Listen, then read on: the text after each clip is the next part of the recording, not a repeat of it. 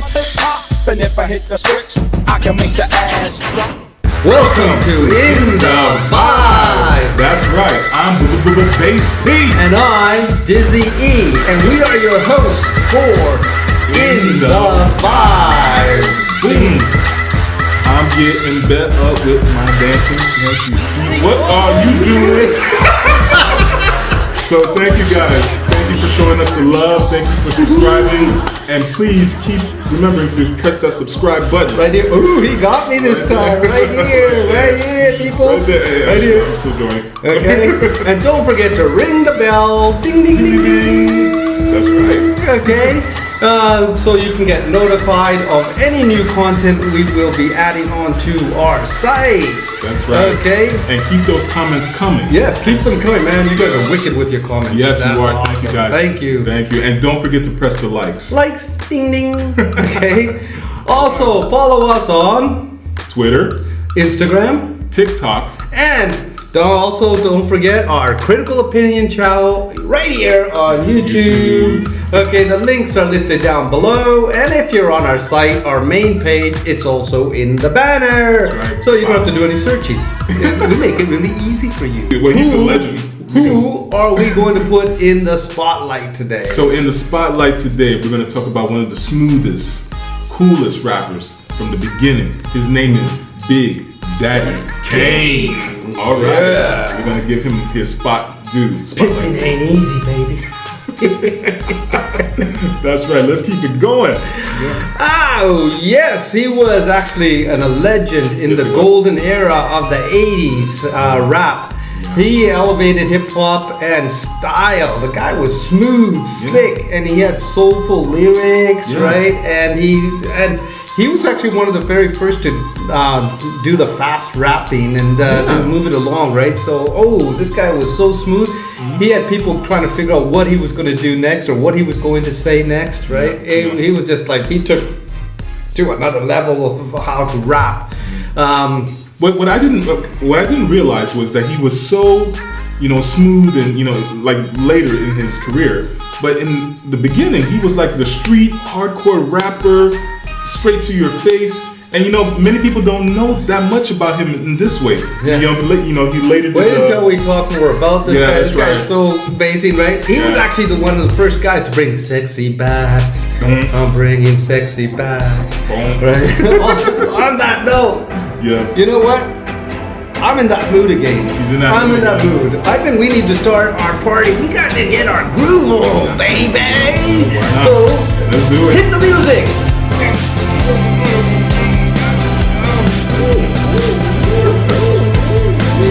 The more you listen to it, Oh, you talk more than you dance, man. Come on, feel the groove. people say your comments. Tell me if you still like it. You love me. You love me. You know it. You know it. You hate him. You hate him. I said you can't beat him, join him. I was trying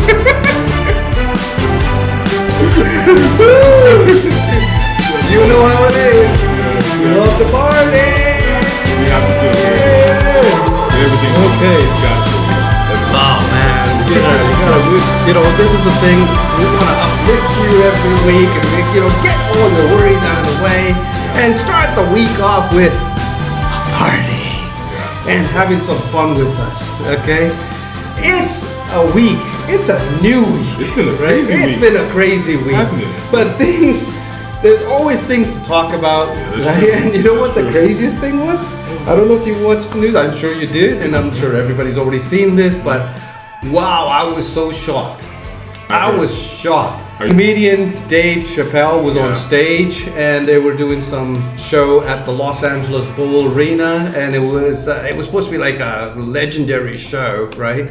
It's now going to be legendary, right? Because on Tuesday night, as he was performing, some guy rushed up on the stage and tried to stab him. He had a knife and a gun. That's crazy. Right? And wow. And so I'm thinking, is this because of the Will Smith now? It's like these crazy I don't. You can't say fans, but these crazy people. He said a trend. So if you go to the show now and you see a famous rapper or singer or whatever, run to the stage. Go slap the guy. Where was the security? I don't understand. Where was the security that they allowed him to have a knife? And that's what I want to. I want to know how he got in with all that. Right. That's what everybody's wondering. But hey, you know what? And the knife was actually hidden in the gun.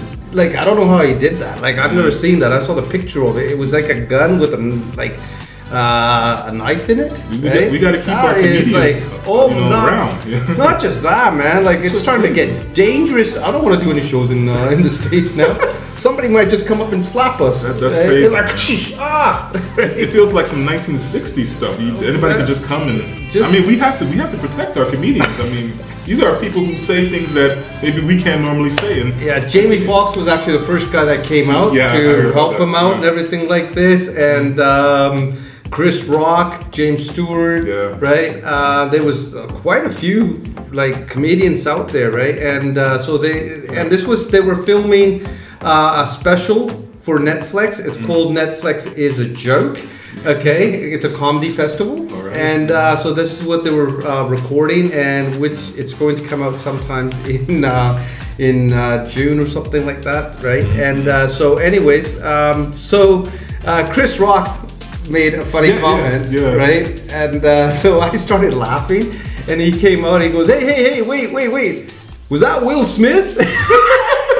But see, this shows you the true nature of Chris Rock. The true comedian side of him is just this is fantastic. We love you, Chris, man. Yeah, I think Will Smith must be feeling really bad for starting a new trend. Not the kind of trend that you really want, right? Oh my gosh, yeah. So, remember the hip hop group Arrested Development? Mr. Window, that's my favorite song. Oh yeah, Mr. Window. Hey. Yeah. Right? Yeah. And so many artists, man, that was something else, right? They're joining a music festival, and they're part of the lineup at the Riverband Festival. Arrested Development was based out of Atlanta. Yeah, that's right. That's right. And so they won 2 Grammy Awards. They're a Grammy Award-winning group. You know what happened to them? Like it seems like they just faded right off the face of the earth. I don't know. Maybe. When I heard this announcement, I was excited. I was too. Man, I remember so good. when the video came out. The Mr. Window, I thought that was one of the most inspirational. Talking about homeless. Yeah. And that kind of was one of the videos that helped me. Your Metrotel video. With the Metrotels, they were one of the videos. Yeah. So with the rest of the development, salutes to you.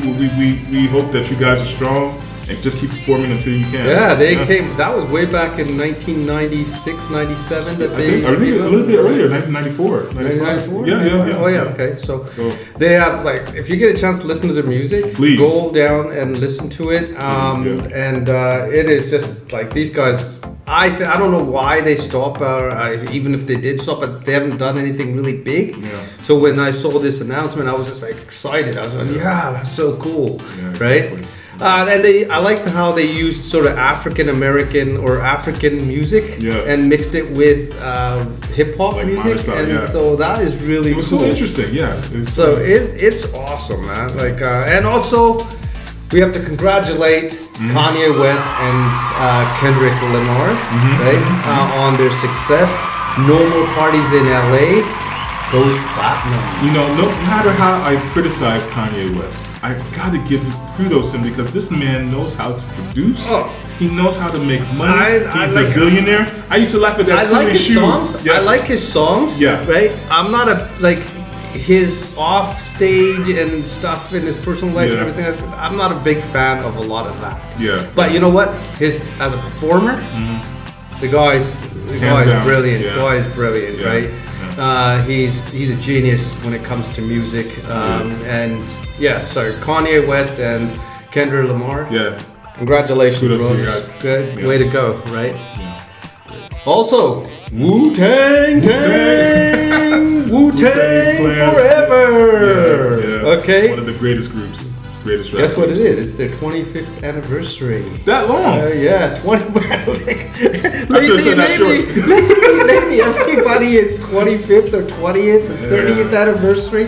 They're putting out a 25th anniversary collection, right? Along with the record label that they were signed on with, Get Down and Legacy Records, right? So this is like awesome, man. They're gonna actually put out do this collection for the 25th anniversary of Wu-Tang Clan's legacy, the Wu-Tang forever, right? And so you know what I really loved about them is the Asian, like, you know how the Asian movies, Chinese movies have those like the guys talking. Yes. My master, my rap's always better than yours, right? I like the way they did that, right? Yeah. And we actually did that in one of our songs. Yes, right? that's right. And so that was actually pretty cool. Warning, yeah. right? If you go to listen, check out Warning. Check out Warning, right? Yeah. We actually used that was sort of inspired by Wu-Tang, yes. right? So the bundle is going to be the special bundle, the special 25th anniversary collection is going to be released in July, right? So I think I might get that one. Look at that. Yeah. Check it, man. Check it. Go out there and buy it. Support them like you have always been. All the Wu-Tang clans, right? You got your clan. The Wu-Tang Clan's huge. This is phenomenal. Right? I mean, they're like. I know they have some series out right now. Yeah, they got it's called the Wu-Tang Clan. Like it's a story about their life. It's a series. It's a series about their life and how they all came together. Yeah. But there's actually a girl rap group that copies their songs. No way. And but they're really cool because they behave like the Wu-Tang Clan and everything. No, it's really cool. I can't believe that. It is so cool, right? And and it's sort of a tribute to Wu-Tang Clan, but it's all girls and they got their names the same thing and everything like that. I'm gonna check that out. It's actually really, really cool, right? So it's a female rap group. I do apologize. I don't know their name, but I will find them and I'll put it in the link, right? And Indeed. you guys gotta see this. These girls, and they kill it too. Okay, I'm gonna check They it out. updated it, but they killed it. Wow. Right? And hey, P. What's up, You know what? When I put it down in the link, you can click on it and go see it. I will. So the Wu-Tang Clan Forever album, originally actually 25 years ago, okay? Shout out was to Wu-Tang. in July, the first time it came out was in July 1997. Man, that just shows how Man, I miss those young days. I am. Shows how I miss those days. That just shows you how young we are. Yeah, exactly. We're very young. Yes. We're so young. Look at this face. Okay. See this baby smooth face? Hey, we're doing what we love. So. We're not just that, You know. but we're going to be talking about Big Daddy Kane. Okay. And that shows you how really young we are. Big Daddy Kane. So So this is going to be awesome. You know who? I'm glad for Ludacris, right? Luda? Yeah, he's celebrating. He's been celebrating this week, and this week he received honorary bachelor's degree from Georgia State. Yes. Right? What does this tell us? That he's an educated rapper. Not just that, education is very important. School is cool. Okay? Go finish your education. I know we talk about this every class or every session that we have, and it really is very important, right? Yeah, education. Because I know people, my friends, who did not go to university or college, and then later in life, they realized they actually needed that, and they went back. Yeah. Right. So I think he's setting a good example. Yeah. And it's never too late. It's never ever too late. Shout out to Ludacris, right? Do you know Luda is one of it's probably the most favorite rapper from the South of all time. And my sisters and my friends say, they say, no, what about T.I.? I love T.I. and them, but Luda. But isn't T.I. from? He's from Atlanta. No, he's from Atlanta. Is he? He's from Atlanta. Oh, I thought he was from LA. It's just, I like. Does he live in LA? Maybe now. He probably does, but he always says he represents Atlanta. I know. Yeah. Okay. I just I like thought he was Luda. from LA for some reason. I just like Luda because I actually understand what he means in the rap song. He's so clear. Yeah. But there is sad news in the hip hop world. Okay, Kid Carrell, right? He was found guilty of manslaughter. What? And What was he doing? Right? He stabbed some guy in the torso, and the man died. Serious? And so he's involuntary manslaughter, right? And so he's going to jail for 16 years. right? Sad moment in hip hop, right? 62 years old. So basically, what this means is that he's in jail for the rest of his life. 62 years old. Yeah. What? Right. But you know what? I don't know, like if it's gonna happen. But because of overcrowding in prisons and because of COVID and all that, he might not have to do a lot. He'll probably be in there a lot. Was that in Louisiana? Right? I'm not sure. Because in Louisiana, we talked about this. I think this was I think this is in New York or something. New York, okay. Right? So okay. I think.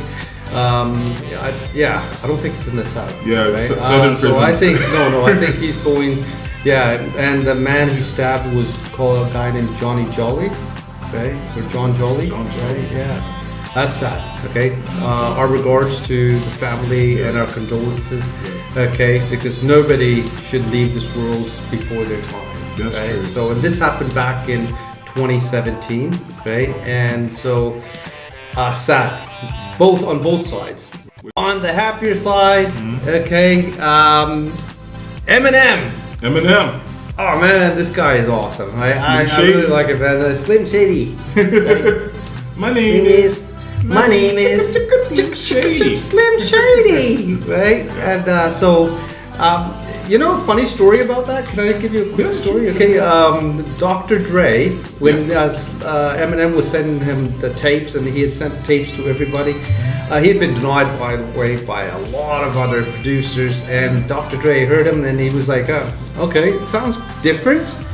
Brought him into the studio, played that song. Right? Slim Shady. He played just the beat and he asked him, okay, he listened to it. 3 minutes listening to the beat. Just listen to the beat. And then right away, as he put the beat on, he started off with Slim Shady, right? My name is Slim Shady. And Dr. Dre just stopped and said, you're in.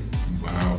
That was because he was so surprised. This kid just came up, came up with the lyrics right on the spot, right? And he just could not believe this, right? I was shocked, and you gotta remember when he did that first album and the video had not been released, right?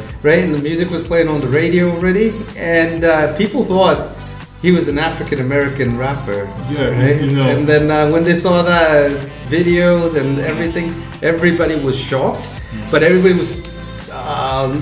was hating on Dr. Dre at that time. Like they couldn't believe he was going to. Because they didn't want another Vanilla Ice. They thought it was but still, and they just thought Dr. Dre was crazy. That there goes his career. Boom! Is actually that blasted Dr. Dre's career and his record label, right?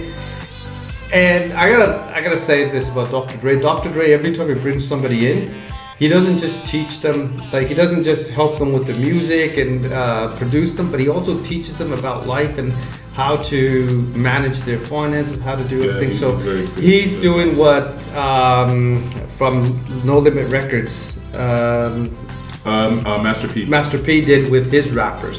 At that time, during Master P's time, right? His record company was legitimately making rich rappers, and they were actually having money. And when Snoop Dogg, he brought Snoop Dogg down to south to record, and Snoop Dogg couldn't believe that these rappers actually had real diamond rings, gold jewelry. They weren't leased, they weren't rented, they weren't just in videos back like in the West Coast at that time.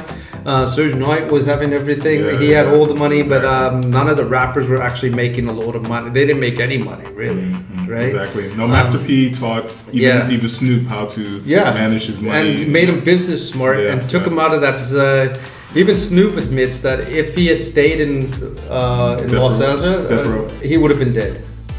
Right? He said something seriously would have happened to him. And so that's when Master P brought him back, sobered him up and cleaned him up, and boom, he had a huge success with No Limit Records. Dr. Dre went through his demons too, but he eventually seems to, he became successful, became one of the richest musicians and artists in the history of music, right? Anyways, back to Eminem. Eminem is inducted into the Rock and Roll Hall of Fame. All right. Right? Not everybody's happy, okay, because they say he's not rock and roll. He's not really a rock and roll artist, but you know what? But let's face it, the guy is genius. He's incredible. Okay, he's going to be inducted alongside some other legends like Lionel Richie, Dolly Parton, and Duran Duran, and a few other artists as well. Duran Duran, man. Yeah. Okay, so the second milestone for Eminem is that he is the 20th performer from Detroit to be inducted into the Rock and Roll Hall of Fame. Shout out to Detroit. Yep. Motor City. So, Motor City. Yeah. So. Yeah. And you know, how many records do you think Eminem has sold? Maybe a few dozen. Million. Few dozen million. I think that's what we've sold. Okay, so. And so over his history, over his time since he first started rapping till now, he's sold over 227 million records, which makes him the best-selling rapper of all time. You know, this is crazy. This is crazy. I remember there was this big issue when Snoop saying he wouldn't put Eminem as his top 10. Yeah. But you know, everybody has their own prefaces. But I will say this. Eminem, he knows how to market. Not just that guy. Come on, the lyrics his lyrics are. He's a killer. He's a lyricist. Lyrically, I honestly don't think that there is any rapper out there that can freestyle as. Yeah, that's true. No, not the way he does. He can freestyle like his freestyle techniques. And the way he just comes up with rhymes and the flow and everything, and the guy. I'm sorry, people just cannot touch him. Okay, and there's a reason why a lot of young people call him the rap god. Right, and he doesn't think of him that way. There's a different thing about that is he doesn't think that way about himself. He's actually a very humble guy, right? But at the same time, man. The guy can drop. Yeah. He can drop beats, with anyone. He can drop with anyone, right? Yeah. And he's made a lot of rappers big money. Yeah. And but you know what I always find strange is that how many guys that he puts out and then they turn around and try to diss him. That's how it goes sometimes. I mean, that's like you're biting the hand that feeds you, right? Yeah. Or started your career. Why would you do that? The guy is like he's giving you an opportunity. If he gave us an opportunity, I'd sign with the guy, and I would think about it. So, anyways, but this guy is just phenomenal. Congratulations, Eminem. You deserve it. You are truly an incredible artist, right? And an incredible rapper. So that's sort of what happened this week. Mm-hmm. What happened in your life? What happened in my life? And maybe you want to share a little bit about some news that you have that we don't know about. Well, right? I was watching wrestling because I'm a WWE. Ooh, fan. This is our WWE segment. That's right. I'll do the Hulk Hogan. I'm Hulk Hogan, brother. Well, let me tell you something, brother. Me and the Hulkamaniacs here, we're gonna run wild on you, brother. So what you gonna do when the pythons run wild on you?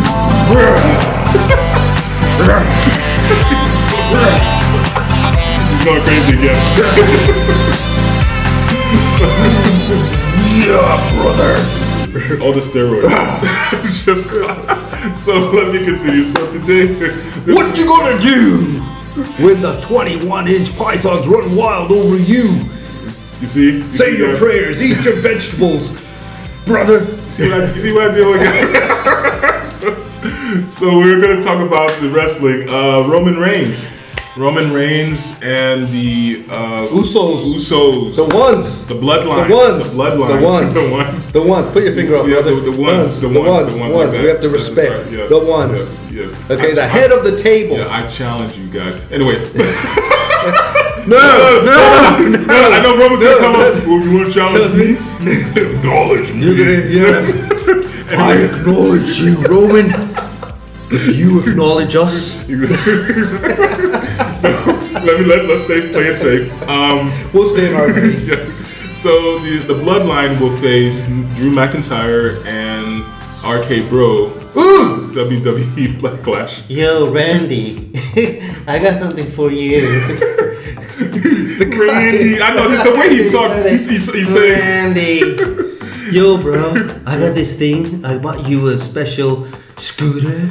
I think you're gonna like it, dude. Right? And bro, yo, bro. But the guy is like, they're together. They gel. They gel really Anyway, well. so what's the news? What is happening? Well, I first of obviously all, did not get a chance to watch the shows this week, and so get me caught up. I'm just complaining because originally I thought the Usos would challenge RK Bro for the titles, but now I don't know if the writers are changing everything. It's just a general pay-per-view non-title match. And it's like, man, they're not going to unify the tag team championship. I don't know what. You know what? I think that's wrong because they had the right idea, and no offense to RK Bro, you guys are awesome, but this would have been really cool. Yes. Is that have RK Bro lose and let the tribal chief get all the gold. Yeah. The Usos get unified championship, Roman Reigns, and then they could bring back one of the women. Oh, right? Tamina. Right? And because you know why? Because think about it, Naomi. Yeah. And Sasha Banks. They already hold the women's tag team champions, and Naomi is married to one of the Usos. That's right. Right? So that makes them the Uso family. So they have the women's champion, the men's champion, and they unify the men's champion. That'd be a mafia. And then Roman Reigns, that would be like the mafia of wrestling, man. Maybe. That could be that, and they could play off that for like so long. Yeah. Right? And then they could have that tribe. And they could have the family business. Maybe something might change. With these writers, you never know. So I'll stay tuned. We all stay tuned. But I think they should stick to the original storyline, and and then because then people would be coming at them from different directions, and everybody coming in, and then their other younger brother, NXT. Yeah, I don't know his name. Solo, right? Something Solo is the Usos, their younger brother, right? Although he doesn't look younger than them, he looks like bigger than them and everything. But awesome fighter as well, right? And I think he's coming up to WWE soon as well, right? Which he's a Samoan. He's one of the Samoan. He's from the same family. Right? Strong bloodline. Yeah. So he says he doesn't want to join the bloodline, but that's exactly what one of the other brothers originally said that we're going to do, and they ended up doing it. So I think it would actually boost his career coming in that way. Yeah. Right. And that's just my opinion, but hey, I'm not a writer for WWE. I don't know how they're going to do this, but that's the one thing I don't like about WWE. Okay, they start a good storyline, and then they put it to a side and they shift it completely over. And I think a lot of fans were complaining about that over the years, especially in the last, I think, 5 or 6 years. They've really been messing around with the storylines. What I believe they should do is just plan 4 weeks ahead. Okay, let's see how this will play out. Don't just get scared and change everything in the last minute. But I don't know what they were scared about. Everybody was hyped about this fight. And now they're going to change it. And when you told me, I just went, there goes the neighborhood. If it's not for the titles, it's like a waste of paper. There goes the tribal chief's dreams. Right? But I think that would have been a wicked way to go because, then they can have that come out with all the gold and then have the two girls join them and then have a Tamina or one of the other Samoan girls to come and join their family and I think they should bring Tamina back. We'll see. I think they should do, because they're messing around with Tamina. Okay, that whole babyish 24/7 championship. Come on, let's face it. That really is nothing. It's just a side. Once you're no longer on the main roster, you're on the main roster, but you're no longer in the title, the main title picture competition anymore. In picture, you're going to be in the 24/7. So all those guys that ran around and chasing each other on the 24, it's just a joke, right? It's fun. It's fun to watch, but Tamina does not belong there. We'll see. Right? We'll see. And because she's Jimmy Snuka's daughter, man. That's not the way that you put that royalty in there, right? So, anyways, okay. So that's it for this week's news, Yep, right? yep. But we're not over yet. No. Bass, do we have something special for them? Are we going to do something else? Of course we are. We're going to continue talking this week about Big Daddy Kane. The show is not over. The segment was over. When you wake up in the morning and you open up an eye, you turn from the clock and you look to the sky. What's the weather doing? Is it wet or dry? Who knows? What's the weatherman? Today, On Czech Republic TV, this isn't Czech Republic TV. on Critical Opinion, on In the Vibe News, Weather News. 3 Cat Productions presents The Weather with The Weatherman. This is Base P. And this is DIZZ-E. Predicting the weather report today. Yes. It is cloudy with a chance of Cloudy. With a chance of rain With a and chance of rain. meatballs. Meatballs. As always in Czech Republic, it's just a rainy day. And please remember to subscribe to In the Vibe News. Yes. Ciao, ciao. Pip, pip, Pip, cheerio. pip. Cheerios. Have a wonderful day, right? And enjoy whatever weather you're having in your city. We don't know what you're having, okay? Anyways, enjoy. Back to our regular scheduled program. All right, so this week we are talking about Big Daddy Kane. Big Daddy Kane. Right? Born Antonio M. Hardy. Uh-huh. Is he one of the Hardy Boys? In In September 10th, okay, 1968. Yeah. He was born in Brooklyn, New York. Brooklyn. Right? Member of the black Muslim sect called the 5% Nation. Yeah. Right? So, it's intense. I think, what's his name? Rakim. Or Rakim. Rakim. He was a member of the same sect. Something similar. Yeah. Right, so with the Big Daddy Kane, he was the quintessential rapper that captures the gritty realism of the urban street in life, and with his music, while at the same time offering a hopeful message of humor and self-determination. Kane drew his inspiration from rapper pioneers like Grandmaster Flash and the Furious Five and Kool Moe D. he sort of reminds me of Kool Moe D. Yeah, he does. With Because of the sound. height and everything, right? Yeah. And Kool Moe D had more of a bravado sound, yeah. right? And So because he credits his development as a lyricist, a performer with the friendships of the rappers izMarkie, Marley Marl, Roxanne Shante, who was beautiful. It's still beautiful, by the way. And at the time was labeled the queen of rap, at the time, right? So and other early rappers he met at the time as well. yeah, And he was also met the rappers at the Queensbridge Project. Yeah. And in Queens. And he became a member of the Juice Crew. The Juice Crew, that's right? right. So at that time. So, and then Kane rode to the stardom on the swelling tidal wave of tough, urban, angry rappers, okay, that were really talking about socialism and like about social life and the urban life and poverty and, and the violence happening in the urban communities, okay, which ultimately led to the much publicized group that was ascending at the time, okay, Public Enemy, right? Public Enemy, man, I remember that, right? Yeah. We'll do one. Got the power. So, anyways, after Public Enemy made it big. Okay, and they sort of received mainstream success, right? Dozens of new urban rappers also started climb the ladder of success, including Big Daddy Kane. Okay, and they were sort of the next people that carried the baton and ran with it. And Big Daddy Kane was one of those guys that just boom, skyrocketed after he did this.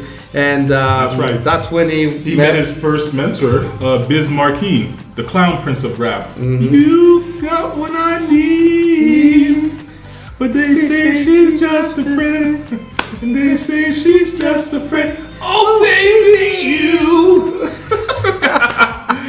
So they met in downtown Brooklyn in 1984. Yeah. Markie and other rappers were mounting a recording session outside of McCurry's department store. At that time, right, most rappers used to rap outside department stores in parking lots, and because they didn't really have any venue to really play or do concerts, and they were sometimes in clubs and stuff.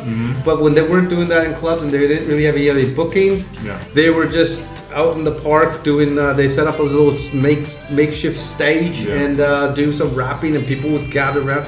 That's actually how rap started to become more popular. And they would sell their cassettes and stuff out of the back of their the car, like the trunk of the car, and they were on at the location where they were doing the performances. So they would get street success. Yeah, street credit, street success. So this it was pretty tough because they didn't have, and we talked this about last week, right? DDs. Where like a lot of young people, a lot of young rappers think that they're much bigger today, but because you're bigger because you have all the multimedia, social media, you have more access to things that artists back then never had to. They had to do the footwork. They had to get out there. They had to really push themselves. They were promoters, marketers, rappers, beat makers. Everything, designers, right? Designers, and they set trends, right? And exactly. So Kane was impressed with Markie's outrageous sense of humor, performance style, and the gregariousnness. Yeah, and the two became fast friends. He actually didn't approach, like he said, one of his friends said, "Hey, izMarkie is in there. He's just finished rapping," and he goes, "Well, bring him out. I want to challenge him." Freestyle. Yeah, he's not afraid. And he wasn't, and that's the thing. Oh, that's another thing is that he's an excellent freestyler. Yes, right? yes. Big Daddy Kane can freestyle. Like he's basically the battle things. The battle raps. He started those basically. He started because he started challenging people. He started challenging rappers from the neighborhood. Yeah, that's right. And they were soon performing together at local high schools. Through Marquis, Kane met Lamar, Roxanne Shante. Among others, Shante emerged, like you said, as the queen of rap in 1985. Yeah. And Kane went on the road with her as a disc jockey. First with Roxanne Shante, I was a huge fan of her. I mean, she was so beautiful back then. Still is. You still are, girl. Really beautiful. And, I remember her. She became like the predecessor for Queen Latifah and so on. But it was just such a treat to listen to her rap, like challenging the guys. Wow. So she challenged Big Daddy Kane, and Big Daddy Kane was Big Daddy Kane admits he would write his lyrics and then rap and do the freestyle. He would actually write his freestyles, and he would practice them and then make them sound so natural, right? Whereas Shante, he was surprised because she came right back at him without no written lyrics, just actually true freestyle. And that's something very hard to do. That's right. And that's how he learned from her.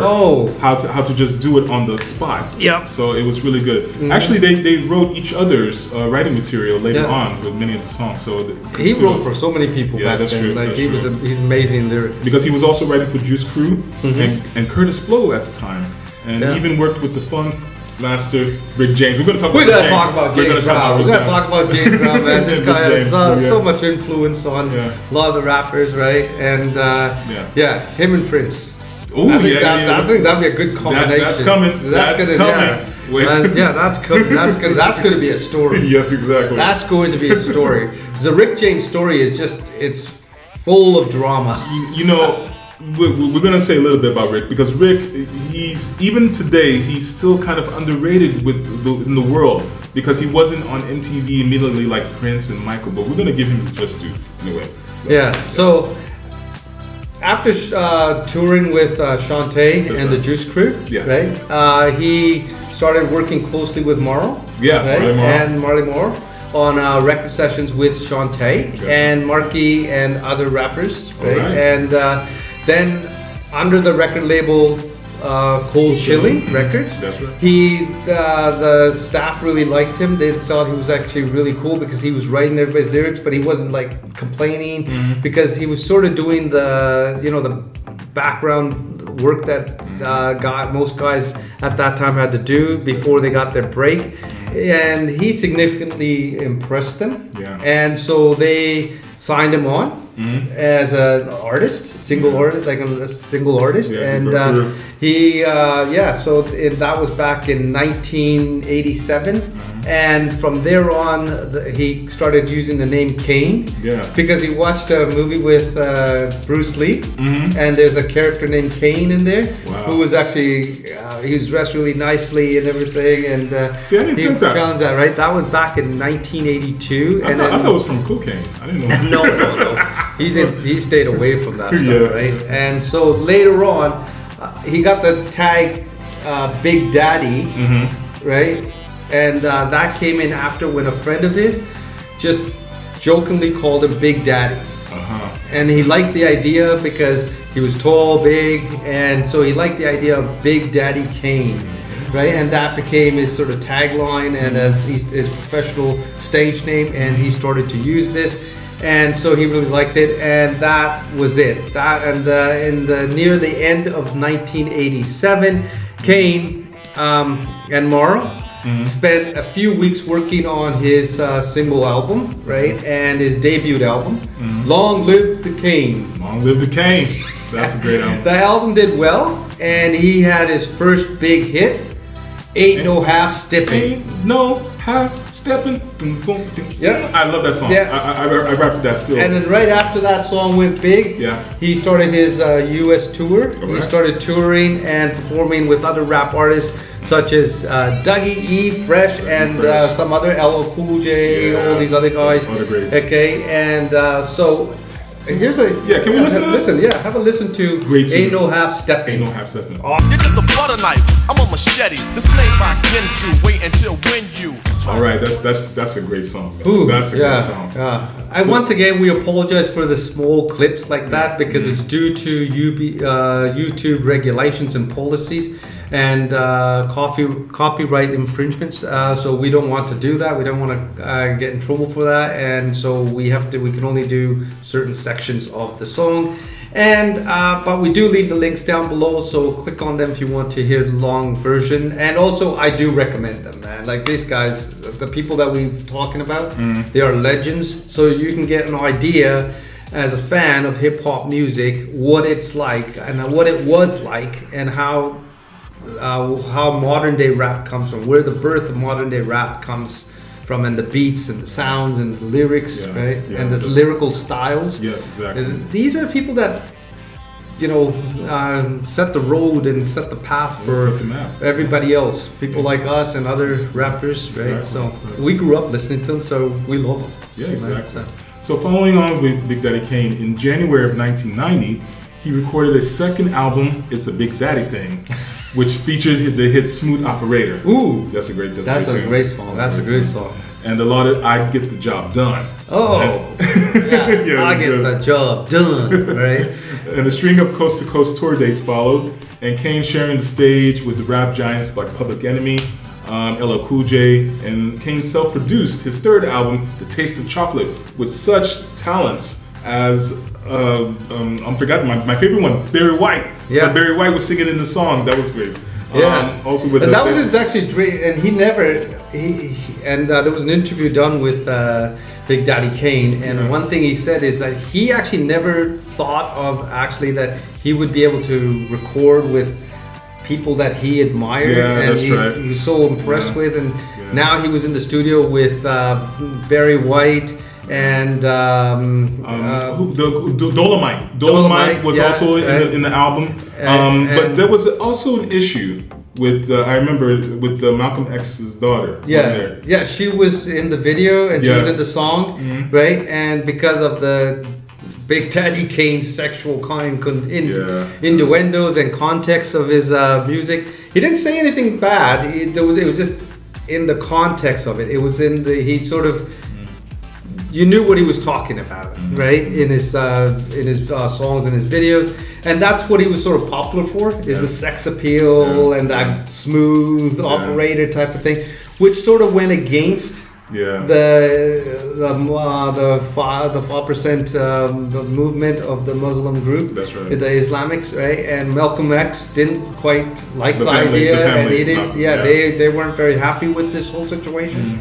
And but however, it was brushed off, and he went back. And so here's a clip. Okay. That's what. I get the job done and taste. Chocolate. There you go. Okay. Question at hand is how do I love thee? Big Daddy Kane is on the mic and I'ma tell about a minimal. Kane's style of rap actually was the hard edge school, and that reflected the life on the street, and that's where he came up with the song "Pimpin' Ain't Easy" and "Mr. Welfare." Yes. Right. Yeah. I love the song "Pimpin' Ain't Easy." Yes. Anyways, from it's a big daddy thing LP, right? And just two showcases for Kane's knowledge and expertise of razor sharp lyrics and Pimpin' Ain't Easy and Mr. Windle or Mr. Welfare really actually showed his skills in this about his use of lyrics and how he's able to manipulate the lyrics and change them quickly and rhythm fast, right? And so here, actually, instead of us talking about it, have a listen. Take a look. Okay? Pimpin' Ain't Easy. Wow. I love the way I make my bots and roller, especially when the Gucci's on birth controller. Yeah, it's just great to keep listening to his hits because you still learn so much. No matter how hard or how many times you listen to it, you still always learn something new with his hits. Kane, he's never far from humor either. He infuses many of his songs with his particular brand of wry, subtle wit. And he relishes a clever play on words. That's what I like about him, as displayed in the classic dance hit "I Get the Job Done." Yeah. The song's chest-thumping beats build and a good nature bravado, and the style, Kane's style, was the upscale urban rap that just flows easily with everything. Yeah. So he's that type of rapper. He sports white suits. He has the gold chains. The enormous gold chains, the big ones. heavy links, and the big rings with the diamonds and the gold. fedoras, right? the chunky gold diamond rings, and Cameo's flat top. I didn't know he got that flat top from Cameo. We're gonna talk about Cameo because make me say ow, ow. We're gonna talk about Cameo, but that flat top style, it was just everything was hitting on all charts. Yeah. And we got to talk about the message that this image that he brought in the 80s. It enticed with his 3 albums that it was showing. So he's clearly savoring the good life, which many feel is warranted by Kane's unique raps and his flow. Yeah. Prince of Darkness, his next album, right? Kane expanded his repertoire and sophisticated and more actual singing, okay, as opposed to rapping, because he thought that he wanted to introduce a little bit of R&B singing, jazz, sort of that soul style singing that he was influenced from because what his mom and dad used to listen to when he was a young boy, right? So he added this into his next album. That's right. And I think he did that in the majority of his hits, right? Yeah. And as an adult, Kane became a member of the sect at the behest of Rakim, a rapper he respects and admires. Kane points to Rakim's early influence on him as an example of how rap artists became inspire each other to better themselves. And as a member of the 5% Nation, if I remember, Kane tries to educate listeners about this and the world affairs and their relevance to blacks and the empowerment as well. Because this is at the same time. Remember, apartheid in America and South Africa was still big. Nelson Mandela, all of this was still going on, right? And racism and there was violence in the streets and the neighborhoods in New York and other Los Angeles, everything. So this was still quite strong. So he was still keeping the street things. However, he did start to feel that other rappers thought he was too R&B and soul, and they didn't really start to take him very seriously because they thought he had sort of crossed over, right? And which wasn't really true because he did do a good job with. He kept it street, I think. He still kept it edgy. So, however, he at times been criticized, like you said, seemingly for this. But he still kept to his faith, and he still stayed true to his morals, even though everybody thought he was the opposite. Yeah. So he fueled this fire by posing partially nude in 1991 issue of Playgirl magazine, and everybody in the music industry, in the rap industry, thought this was a sellout, right? And that he was this was not a good image, okay? But you know, knowing, like, they should have known that he was going to do this. Yeah, right? I mean, it was sort of his like, pathway. He was reaching out. He figured out he could reach out to a bigger crowd, a bigger audience, right? And also, he posed with pictures with Madonna in her book called The Sex, right? And he didn't really. He wasn't dating her. He wasn't dating her. He didn't have a relationship with her or anything like that. It was just a picture session. And so a lot of the things in that book were not really true. Right? Exactly. And I don't know, like from what I've read and what I've heard, a lot of it was just pictures and pictures that Madonna did, and it was like. I want 1991 Madonna. I don't want this Madonna. This Madonna is. But hey, come on. Let's close the comment. Let me ask you a question. Yes. Do you think that Big Daddy Kane was, with the sex appeal and everything, was it the right route for him, or should he have been like Rakim? I think if he would have waited, doing what he was, but I think if he would have kept out of the Madonna thing, out of the Playgirl, and also stayed away and stayed more towards the hip hop. If he would have waited about 4 or 5 more years, right, I think he would have gone mainstream with P. Diddy, Big Daddy, Tupac. All these guys were starting to a different role, and they had started a record label. And so I think if he would have waited, and if he would have stayed a little bit more patient, and even if he admits it, that if he would have stayed on waited a little bit long, he would have been mainstream. He would have been bigger than life.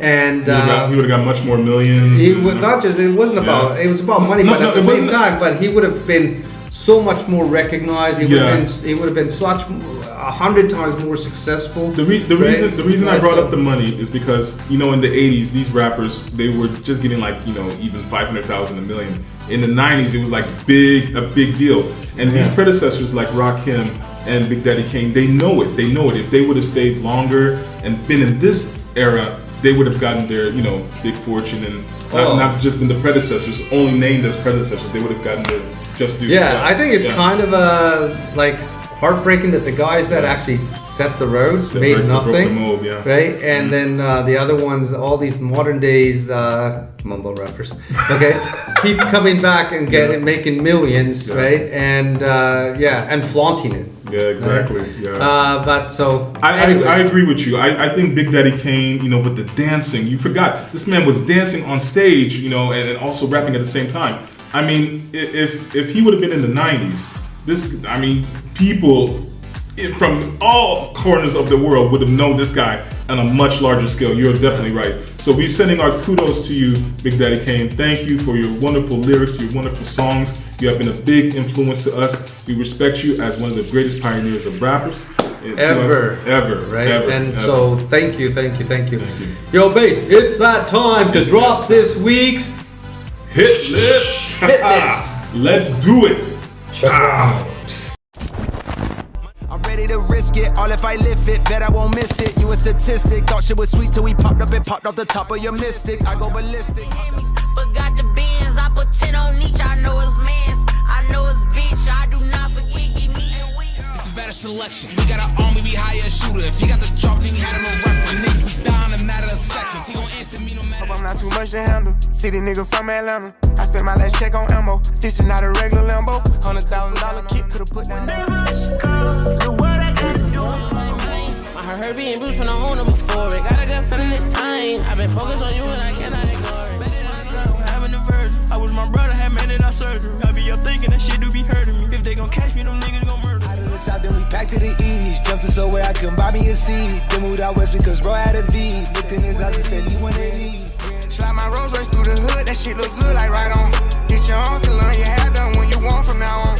Tell the police don't do see the whole city from this balcony. Back in 2019, I was outside freely, but now they got it out for me. Okay, people. Thank you so much. This is another episode of In the Vibe, episode number 9. Okay, and let's remember to subscribe. Leave your comments below and ring the bell. That's right, and press those likes. And press those likes. Okay, and we really want to hear back from you.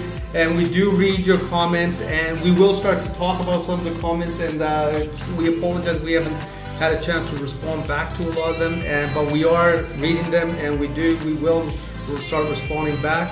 Thank you. Without you, there would be none of this. Okay? Thank you. So thank you very much. We really appreciate you. We will see you next week with another new episode of In the Vibe. Peace, love, and respect.